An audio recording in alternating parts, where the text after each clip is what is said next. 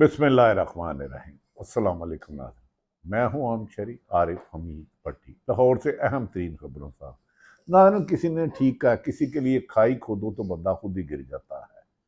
मुस्लिम league नून ने तरीके इंसाफ के मुताबिक लंदन प्लान के तहत नवाज इमरान खान की सियासत को ख़त्म करने के लिए लंदन मुआहदा किया और कहा गया कि एक पाकिस्तान की मकबूल तरीन जमात के लीडर को ना सिर्फ गिरफ्तार किया जाए बल्कि इलेक्शन से भी बाहर रखा जाए, बल्ले के निशान को, तरीके इंसाफ को, जिसके बाद पूरे मुल्क में तरीके इंसाफ के खिलाफ क्रैकडाउन कर दिया गया। उनके हजारों लीडरों कारकुनों को गिरफ्तार कर लिया गया। गर्ज ये कि कैसे झूठे और बेमकसद मुकदमे साइफर में नवा इमरान खान को, तरीके इंसाफ के चेयरमैन को गिरफ्तार कर लिया गया और इस दौरान एक मुजरम को पाकिस्तान लाया गया और एक मुलजम जो इमरान खान साइफर केस में, जो इत्तेजाज अहसन के बकौल, सफदर शाहीन के बकौल दीगर इनका बनता ही नहीं, उसे तो जमानत नहीं दी गई, लेकिन मुजरम जो सजा याफ्ता था नवाज शरीफ, उसको सरकारी प्रोटोकॉल में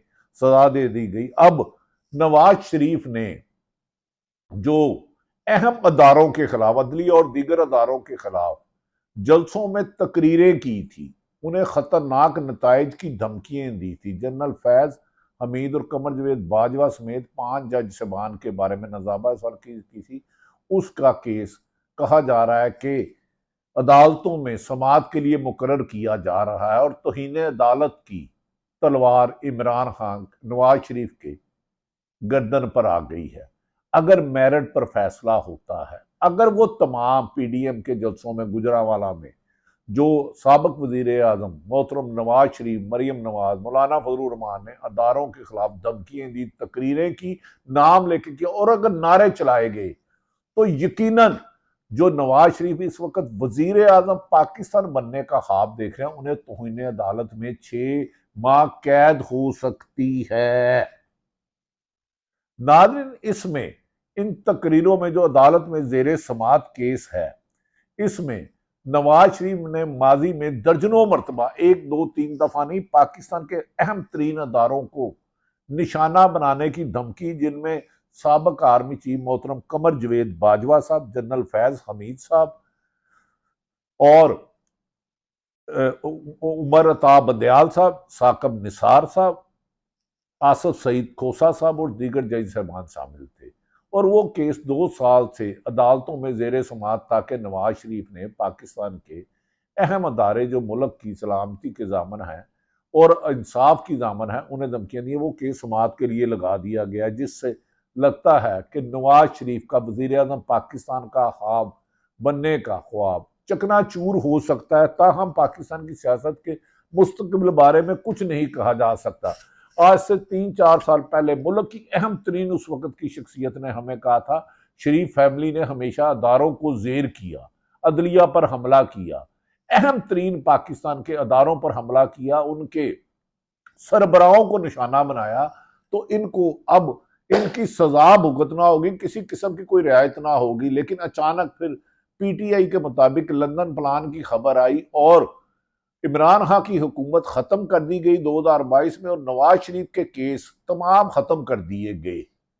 और अब नैब अमेंडमेंट में तरमीम, जिसके जरिए नवाज शरीफ और पीडीएम की लीडरशिप, पीपल्स और नून लीग के केस खत्म किए गए, दोबारा लगा दिए गए हैं अदालतों में।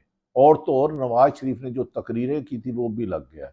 अगर इन केसों को, वो तकरीरें जज साहबान को सुनाई गई, पूरे एविडेंस नारों की दिया, तो नवाज शरीफ इलेक्शन लड़ने की बजाय जेल में जा सकते हैं और इमरान खान का मुकदमा खत्म होने की तरफ जा रहा है। तो क्योंकि आईनी माहिरीन कहते हैं कि इमरान खान को साइफर केस में ट्रायल कोर्ट ने जल्दबाजी में गैर आईनी काम किया है। अगर नवाज शरीफ को सजा याफ्ता मुजरम होने के बावजूद बेल मिल सकती है, तो इमरान खान तो मुलजम थे, लिहाजा उन्हें सुप्रीम कोर्ट से बेल यकीनी है, क्योंकि सुप्रीम कोर्ट में इस तरह नहीं चलेगा। जैसा कि मैंने आपको बताया कि पीटीआई में नकब लगाने की नाकाम कोशिश जारी की जा रही है, तो इसके लिए एक मुलाकात का प्रोपेगेंडा करने की भी कोशिश की गई है और लगड़ बगड़ अरबों रुपए लेकर, करोड़ों रुपए लेकर नमक हलाली करने की कोशिश कर रहे हैं। लेकिन 25 करोड़ अवाम के याद रख रहे हैं, किसी के भी दिल में ना जबरदस्ती घुसा जा सकता है, ना ही किसी को किसी के दिल से जबरदस्ती अवाम के निकाला जा सकता है। इस तल्ख हकीकत को तस्लीम जितनी जल्दी कर लें तो आपको मंजिल के करीब पहुंचने में आसानी होगी। नाज़रीन, असद कैसर जो स्पीकर थे की सरबराही में मोहम्मद अली मोहम्मद खां और बैरिस्टर साहब ने 2 दिन पहले मौलाना फजलुर रहमान साहब से एक मुलाकात की। इस मुलाकात के दौरान नमाज का वक्त हो गया तो मेहमानों ने बेजबान मौलाना फजलुर रहमान की इमामत में नमाज अदा कर दी। नमाज तो अल्लाह के आगे झुकने का, या का नाबुदु व इय्या का नस्तईन, तेरी इबादत करते हैं, तुझी से मदद मांगते हैं, इहदिना सिरातल मुस्तकीम, हमें नेक बंदों के रास्ते। लेकिन इसको भी सियासी शोबताबाजों ने इशू बनाने की कोशिश की।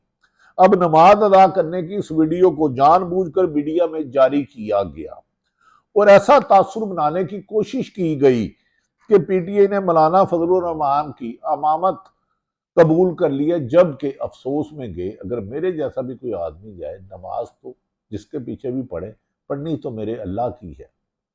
खैर, सबसे पहले जेयूआई के रहनुमा ने बयान देने शुरू कर दिए कि कोई सियासी मुलाकात थी और मुलाकात में मौजूदा सियासी सूरत हाल पर गुफ्तगू भी हुई।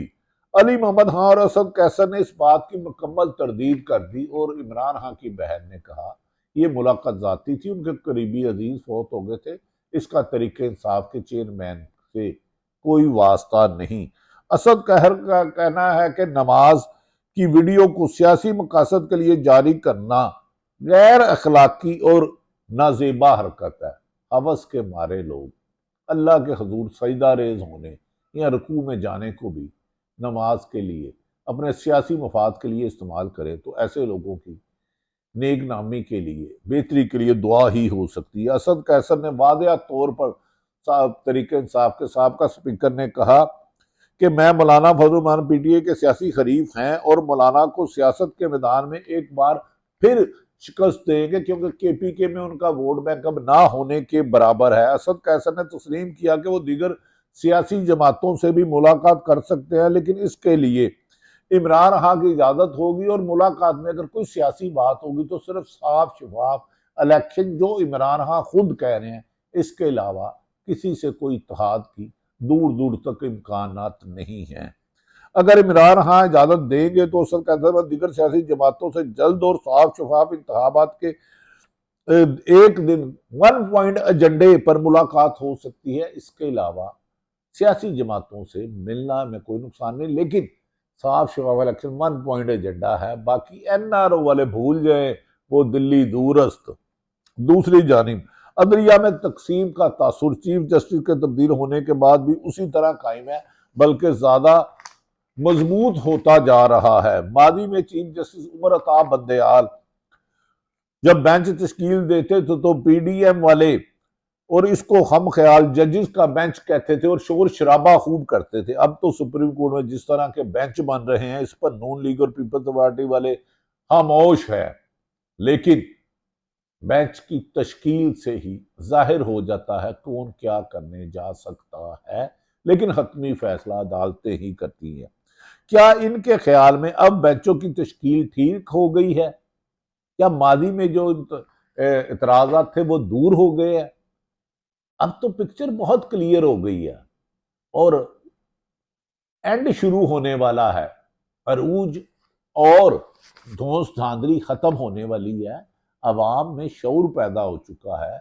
आप समझ जाना चाहिए कि 18 महीने के जबर जुल्म सितम के नताइज इमरान खान की ज्यादा मकबूलियत का बायस बने हैं। कल सुप्रीम जुडिशल काउंसिल ने जस्टिस मुज़ाहिर अली नकवी को शो का नोटिस भी जारी कर दिया गया है एक आम शहरी की दरख्वास्त पर। नैब तरमीम के खिलाफ अपील की समाअत के लिए भी एक बेंच बनाया गया है। चीफ जस्टिस फाइज ईसा की सरबराही में लार्जर बेंच की तश्कील दे दिया गया है। सुप्रीम कोर्ट के लार्जर बेंच में mister justice Aminuddin, justice Jamal Mandokhail, justice Athar Minallah साहब और जस्टिस हसन अली रिजवी शामिल हैं। नाज़रीन, बज़ाहिर तो लगता है कि सब कुछ फिक्स है, लेकिन कभी कभार इंसानों के एक प्लान को अल्लाह की कुदरत नाकाम बना देती है, क्योंकि खत्मी फैसला अल्लाह रब्बुल इज़्ज़त के पास है। अब नैब में तरमीम को सुप्रीम कोर्ट में गैर आईनी करार दे चुकी है और अब ये लार्जर बेंच फैसले के खिलाफ अपील सुनेगा। याद रख लें, मावराए आइन फैसला कोई भी अदालत नहीं कर सकती। अदालतों का भी दायरा अख्तियार है, अदारों का भी दायरा अख्तियार है। पाकिस्तान में सरकारी अदारों के कुछ अफसरान ने हुकूमत और अपने लिए बदनामी के अलावा कुछ नहीं कमाया, लेकिन इमरान खान को और मजबूत और पुख्ता और सीसा पलाई हुई दीवार बना दिया। नाज़रीन, प्रैक्टिस एंड प्रोसीजर एक्ट के तहत सुप्रीम कोर्ट के फैसले के खिलाफ सुनी जाने वाली पहली अपील होगी। देखना यह है कि इंसाफ के तकादे पूरे किए जाते हैं या कुछ माहिरीन के मुताबिक इंसाफ को हमेशा के लिए मौलवी तमीजुद्दीन और नजरिया जरूरत बनाया जाता है। सुप्रीम कोर्ट के ऊपर अल्लाह की अदालत है। यकीनन सुप्रीम कोर्ट पाकिस्तान के आइन और कानून के मुताबिक सवायद के मुताबिक फैसला करेंगे। किसी एक को ना टारगेट कभी बना सकते हैं, ना बनाना चाहिए, ना बनेंगे। और कामयाबी इमरान खान के अब चंद कदमों के फासले पर है। पाकिस्तान जिंदाबाद।